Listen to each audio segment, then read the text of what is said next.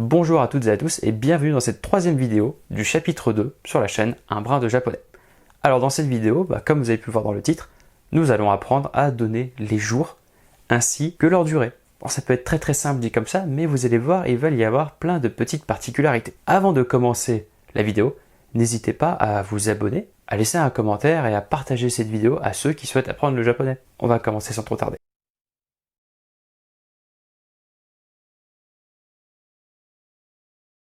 Nous allons pouvoir maintenant attaquer les jours du mois. Alors, nous allons utiliser le kanji du soleil qui va nous servir à dire le jour. On aura deux lectures, nichi et ka. On va voir après pourquoi est-ce que nous avons deux et quand est-ce que nous les utilisons. Et ici, nous avons le kanji, on se souvient de kan, l'intervalle. Ça nous permet d'exprimer une durée de jours. Oui, parce que si je dis nous sommes le 2 du mois, c'est pas pareil que je vais partir pendant 2 jours. Le pendant 2 jours, ce sera avec le kan. Le 2 du mois, par contre, ce sera juste nichi ou ka. Ce sera juste le kanji comme ça du jour. Pour écrire le jour, la date, c'est très simple. Je mets 1, 2, 3, etc. Comme ça, ou en kanji, on s'en fiche. Et ensuite, je mets mon kanji du soleil. Et voilà, j'ai écrit la date. C'est très simple. Bon. On se doute bien que ça va pas être aussi simple que ça. Pourquoi? De 1 à 10, 10 compris, vous pouvez vous les noter comme ça. De 1 à 10, 10 compris, eh bien, les lectures vont être exceptionnelles.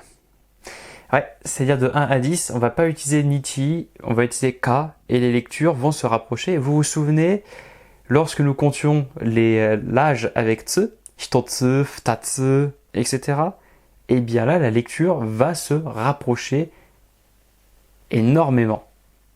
Et ce sera toujours avec ka, la fin, sauf pour un peu exceptionnel. Une fois qu'on dépasse 10, les exceptions vont se calmer, mais on va en avoir d'autres. On va avoir 14, on va avoir 20, et on va avoir 24. Tout ça de 1 à 10, puis 14, 20, 24, tout ça sont des exceptions de prononciation. Les autres vont suivre une autre logique. Ouais, donc je vous ai dit c'était un petit peu embrouillant, et on va voir. Alors, pour le premier, c'est tsuitachi. Tsuitachi. Premier jour du mois.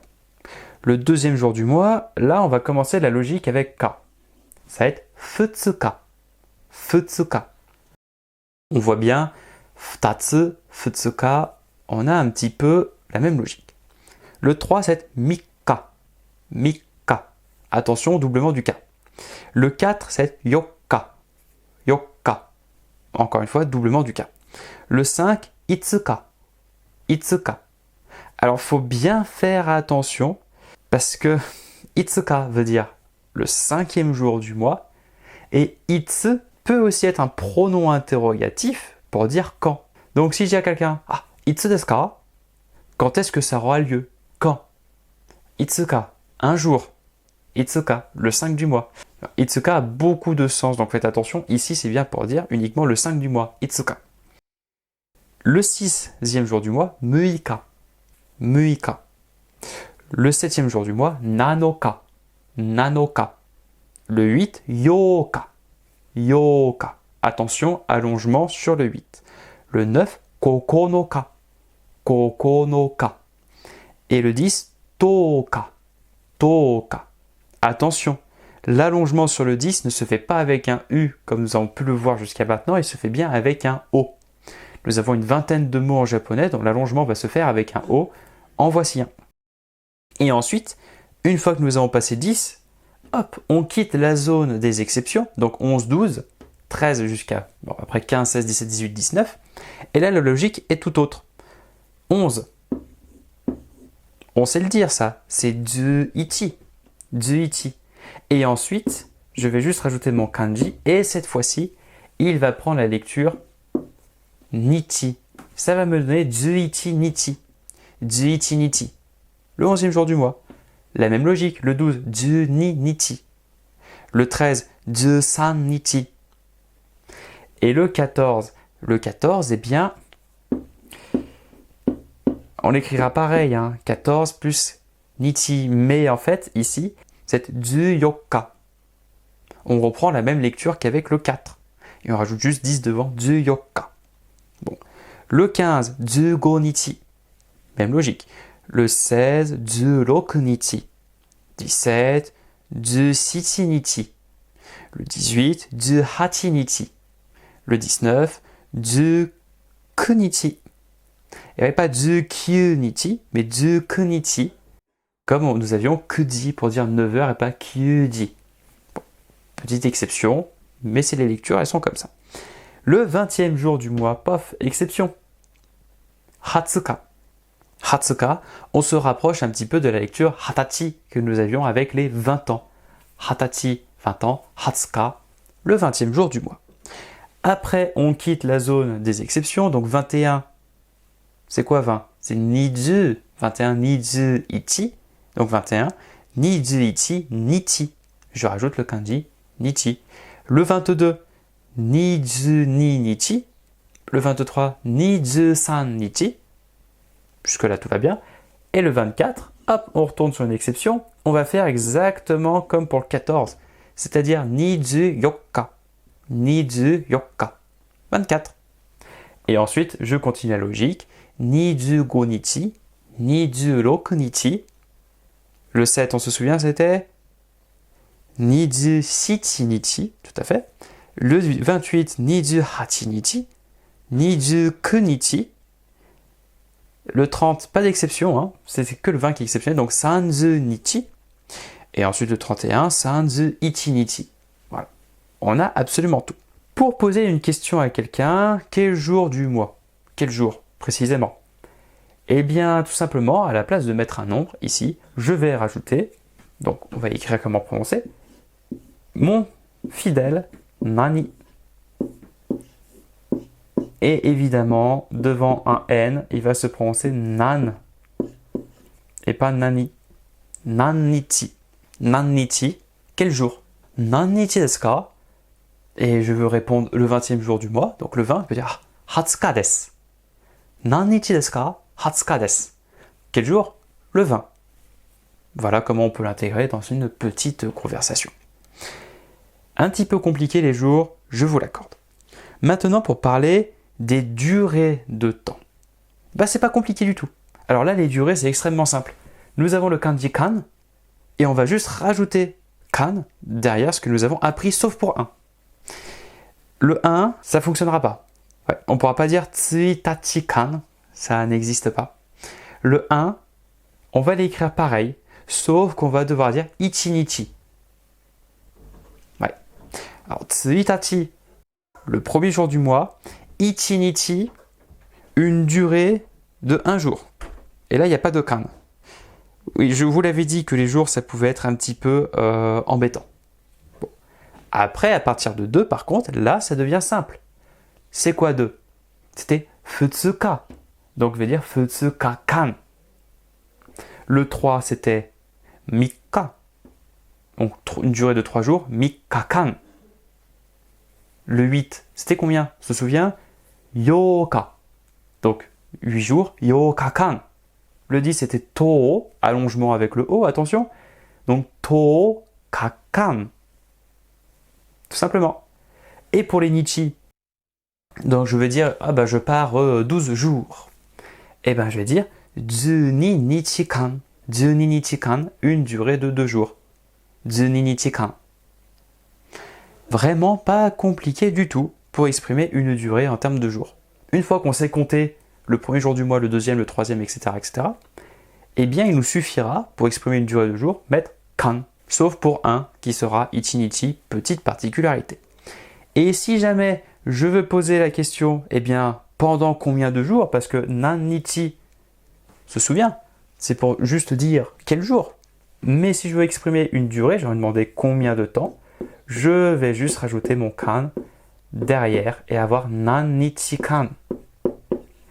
Oui, parce que nichi-kan, c'est la durée de temps, et nani, pronom interrogatif, donc nannichi-kan, pendant combien de temps, en termes de jours. Et voilà. Les jours n'ont absolument plus aucun secret pour vous.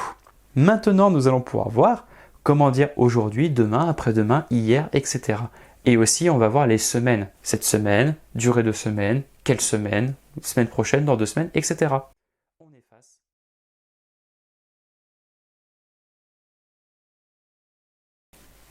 Alors, nous basculons maintenant sur un petit tableau. Ce sera un petit peu plus gros pour que vous puissiez bien lire correctement les différents éléments. Si je l'avais écrit, ça aurait été un petit peu plus petit, c'était un peu embêtant niveau place, donc voilà. On fait comme ça pour cette fois-ci, avec un petit tableau. Alors nous avons donc la première ligne qui va correspondre au jour, donc aujourd'hui, après-demain, hier, avant-hier, etc. Nous avons ensuite les semaines. Nous avons le 0 qui correspond à aujourd'hui. Donc 0 et jour, nous avons kyo. Kyo pour dire aujourd'hui. Ok. 0 et semaine, donc pour dire cette semaine, nous avons konsu. Konsu.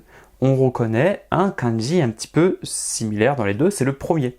C'est le kanji de ima pour dire maintenant. Donc maintenant plus jour, le jour de maintenant, bah aujourd'hui, kyo.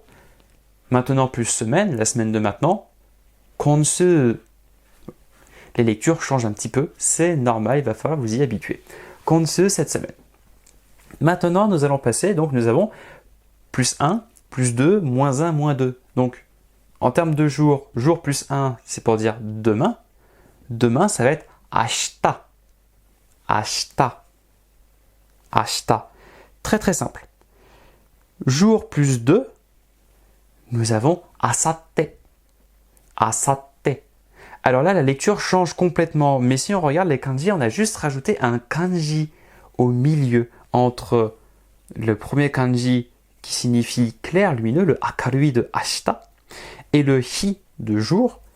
Le kanji du milieu, c'est le kanji de go que nous retrouvions dans gogo pour dire après-midi. Ce go-là veut dire après.